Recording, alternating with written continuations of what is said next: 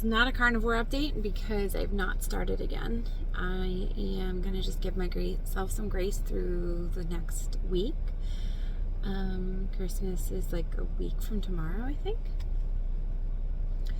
And I don't want to be a crab apple during the holiday season. So I think I'm just going to do my best to be as close as possible and just kind of consider it practice. And then when my kids go back to school, which is not till January 6th, I will go for it pretty hard. I think that is probably my best course of action. I had my doctor's appointment on Zoom yesterday, and I was just honest. I've been on and off and on and off and on and off, and I've struggled to do it through the holidays. But I was so thankful. He was so understanding about it, and that it's hard. It's a hard thing to do.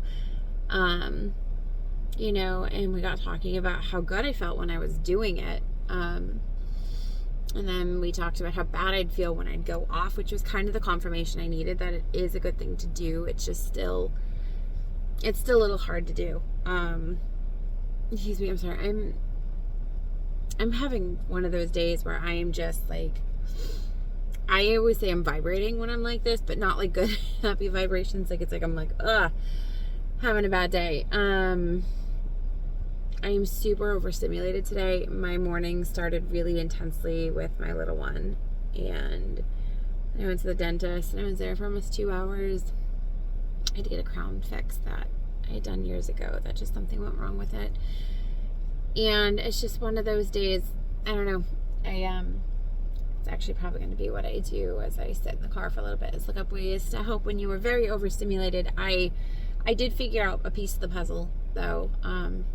My toddler and actually a couple of my other kids are very sensory seeking, and I have come to the conclusion that I am very sensory avoidant. So that is a tricky combination. It's almost like how, people with avoidant attachment seek out people who have anxious attachment. I feel like that's kind of the dynamic between especially my toddler right now and me. And I love cuddling him. I try so hard to meet his needs, but this morning was one of those mornings where he was just so intense, and it was like 5 a.m. it started, and I don't know why, for some reason it just got the best of me today. And sometimes once my day starts like that, I stay like that. So I feel like I'm having trouble putting a thought together fully. But yeah, so we went over my labs. We talked about how, this obviously, since I felt better, is a good route to take. And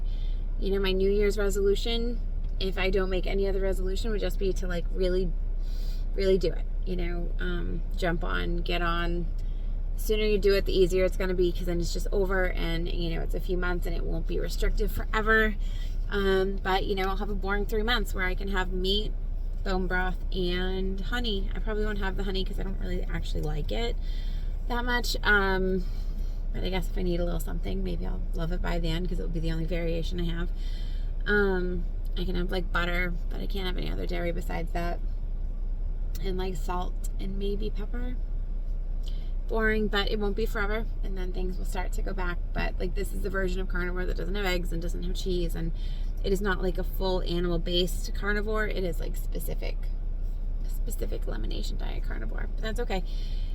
It'll be good. And I'm gonna start taking some medication that is gonna help with some different stuff, because over my few months of really giving it a hard go, I didn't make much meaningful progress as far as my weight goes, and a few other of my lab markers, like my blood sugar is high. I mean, it went down marginally, but not by a meaningful amount, which is even more concerning for me, because I was on a low carb diet, so I was hoping my blood sugar would do more than this, and it just kind of barely moved. So I have my fancy thing that I am trying out just to try to figure out if I have any patterns in the range, because not only is your average blood sugar really important, but how stable it is and whether it's going up and down and up and down. And that's what mine has a tendency to do, is shoot really high, shoot really low. So I'm going to do that, and I'm going to probably start the medication. I got to figure out when I want to start it because it can have some side effects, and next week is Christmas, and the week after is New Year's, and then my kids go back to school, and then at some point throwing in the mix, my husband goes on a work trip, so I got to figure it out. There's never really a good time to do it, so I'm going to figure out when the average side effects kick in, should they kick in, and just kind of try to base my life around that. My cortisol is high, but considering before it was too low, this is actually a good thing because he said in my situation, knowing the stressors that I'm under, he would rather see it high and doing the response that it is supposed to be as opposed to my adrenals being high and my cortisol being low. So, it looks like things are kind of moving in the right direction. But not huge meaningful change, but he did remind me that this is going to take patience, and I'm the kind of person where I feel like I want things to be like a light switch. It goes on and it goes off, and this is not going to be one of those. But it took me so many years to become so chronically ill that it's going to take some time to be healed, and that is just going to have to be something that this will help. No, when you are 5'1", telling you visors do not help.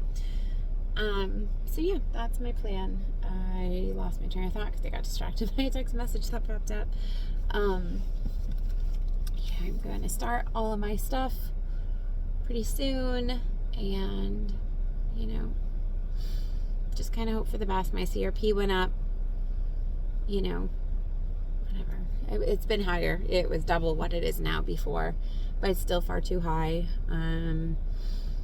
My adrenals are kind of mad. My hormones are stabilizing a little bit, which is kind of nice, especially considering I was half convinced that I was entering perimenopause. But I guess that's probably just really that my progesterone has been so low that when I feel certain hormonal things, that's probably why. So we'll see. So I am sitting across from Panera waiting to pick someone up. My toddler is asleep in the back seat. It's all cute and cozy, not pulling my hair out of my head, literally.